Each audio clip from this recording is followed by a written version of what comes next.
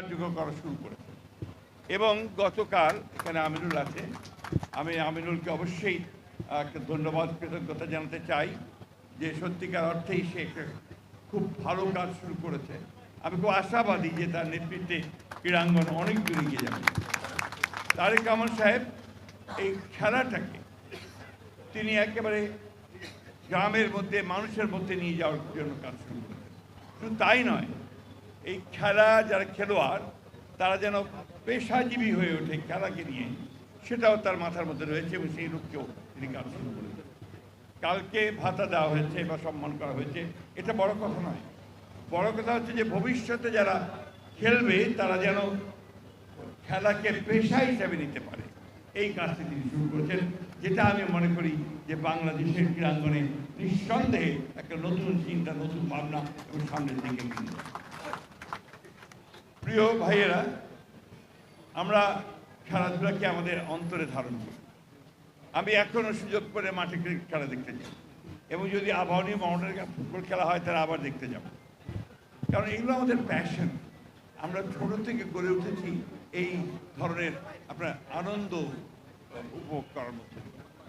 আমরা সবসময় মনে করেছি এখানে কোনো রাজনীতি থাকবে না, এখানে রাজনীতির কারণে কোনো মেধাবী ক্রীড়াবিদ বাদ পড়বে দল থেকে বা জাতীয় দল থেকে, এটা সবচেয়ে কষ্টের কারণে দাঁড়ায়। এই উদ্যোগ থেকে আমাদেরকে বেরিয়ে আসতে হবে।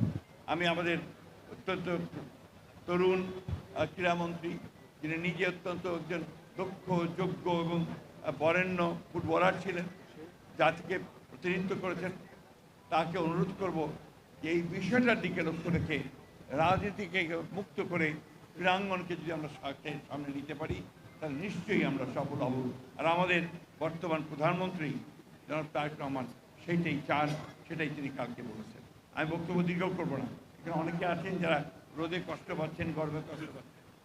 আমি নিজেকে সৌভাগ্যবান মনে করছি যে এই ইতিহাস খ্যাত এই ক্লাব, একেবারে সেই ব্রিটিশ পিরিয়ড থেকে এই ক্লাব চলছে, 90 বছর বলেছে একজন, সেই ক্লাবের একজন সমর্থক হিসেবে আপনাদের সামনে এসে আমি দুটো কথা বলতে পারছি, এটা আমার চরম সৌভাগ্য।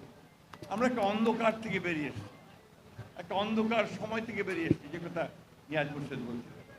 আমরা লেটাস নট ওটাকে আর মনে না করি। আসুন আমরা নতুন স্বপ্ন দেখি, নতুন আলো দেখি এবং নতুন সূর্যের মধ্য দিয়ে আমরা ক্রীড়াঙ্গনকে নতুন করে সাজিয়ে নিই। সেটাই হোক আমাদের একমাত্র লক্ষ্য।